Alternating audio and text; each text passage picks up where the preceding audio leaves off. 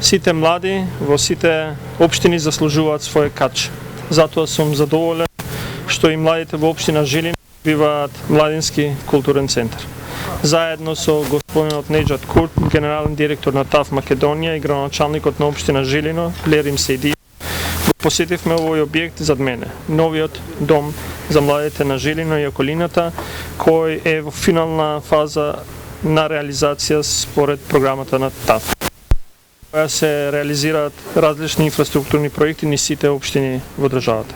Важно е дека ова се проекти за кои аплицираа самите општини, што значи дека ова се нивни барања и приоритети кои тие ги воочиле за своите граѓани.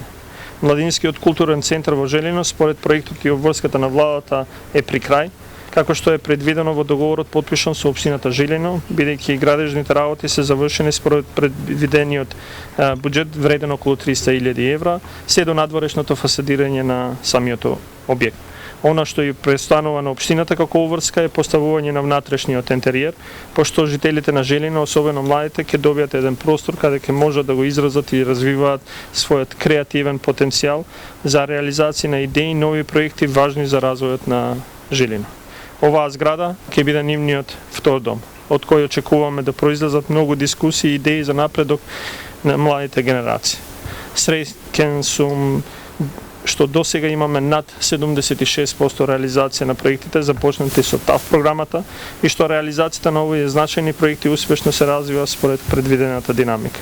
Од вкупно 82 започнати проекти од вкупната вредност 49,7 милиони евра, 60 инфраструктурни проекти се завршени, а во моментов се работи во 22 други. За останатите 10 проекти реализацијата ќе започне до нови.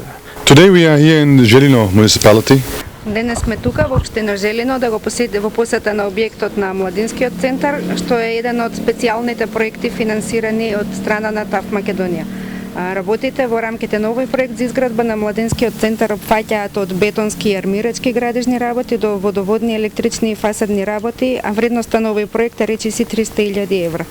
Сметаме дека овој младински центар во иднина ќе обезбеди и ќе овозможи на младата популација во Желино поддршка за нивниот личен развој и за нивно активно учество во заедницата. Нашата одлична соработка со владата и со локалните власти тука продолжува, додека придобивките за локалните заедници и општата инфраструктура во земјата ќе траат. Веруваме дека ова ќе биде бенефит и придобивка овој објект за општата јавност тука во општината, како и за младите и дека ќе трае.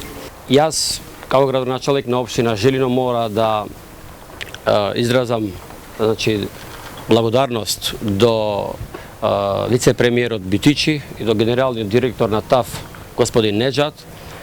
Благодарам што се присутни овде да гледат работите што се изведени до сега од општина Жилино. Овој проект е прв младински центар во наша општина.